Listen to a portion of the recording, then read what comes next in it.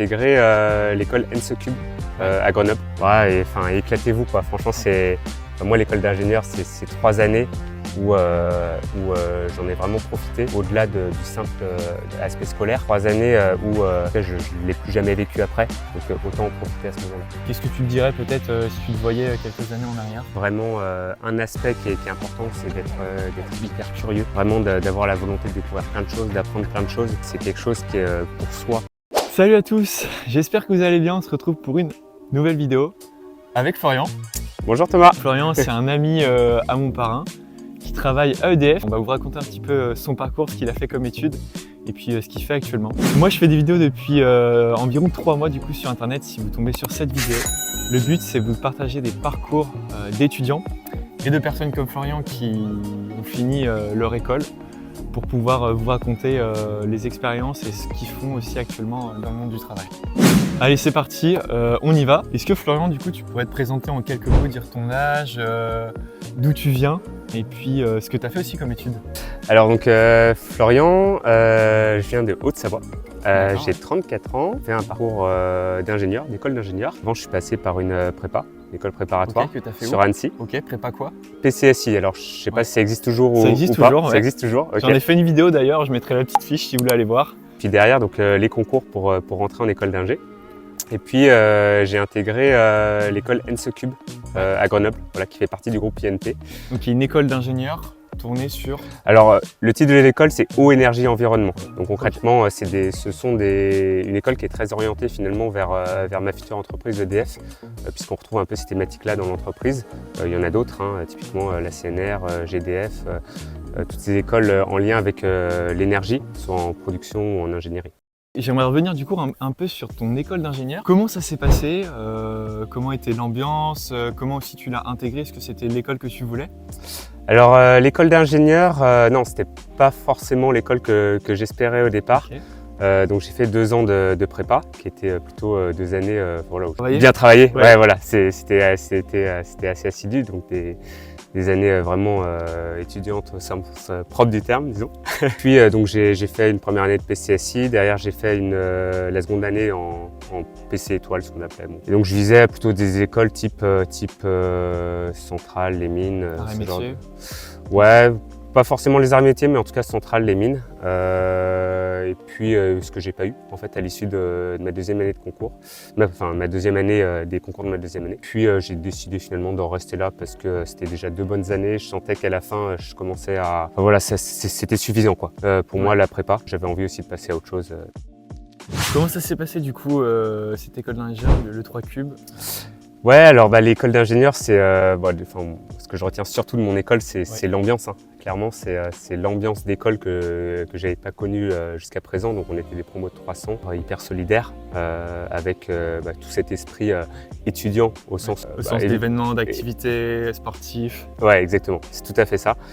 Au sens aussi où on se fait un gros réseau, beaucoup d'amis, toujours aujourd'hui d'ailleurs. Le cours est évidemment intéressant aussi, voilà, orienté pour le coup vers l'énergie en ce qui me concerne. Alors c'était pas quelque chose que j'avais forcément identifié avant, ou même identifié comme quoi je voulais en faire mon futur métier. Puis naturellement c'est tourné vers ça par la suite. Tu t'intègres bien dans l'école, ça suit son cours.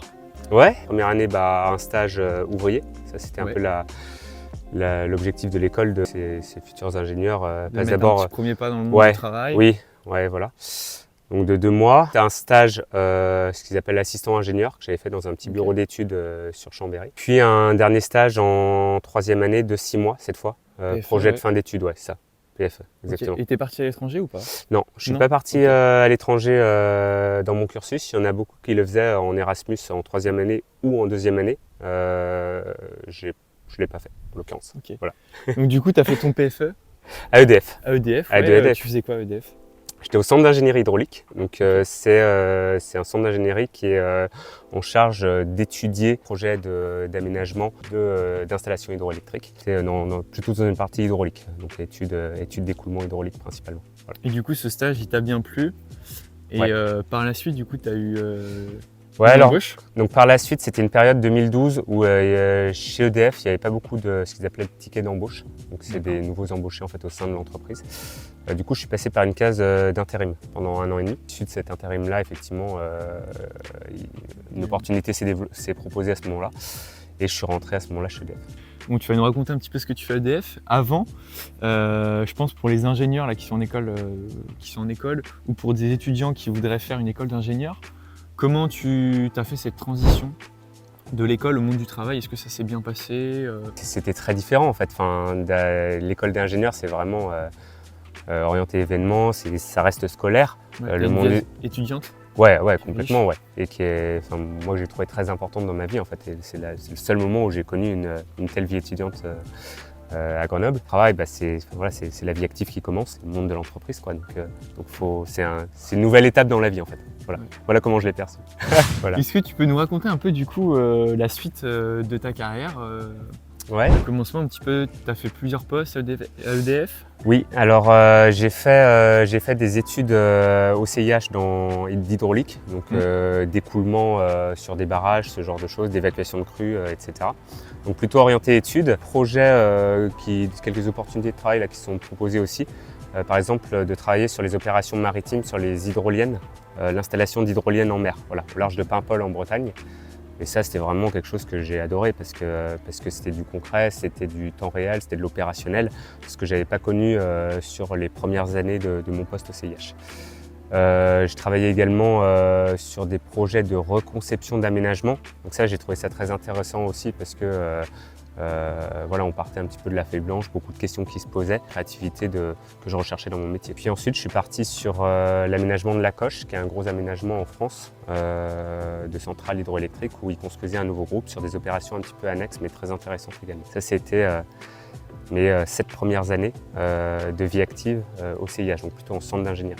Par la suite, j'ai voulu connaître l'exploitation hydroélectrique. Ça, c'est vraiment l'exploitation en ce qui me concerne, 6 aménagements sur un périmètre en Savoie, avec une équipe de 25 personnes pour exploiter ces 6 aménagements-là. EDF, c'est un grand groupe et cette entreprise, elle t'a permis de bouger, de faire des missions variées.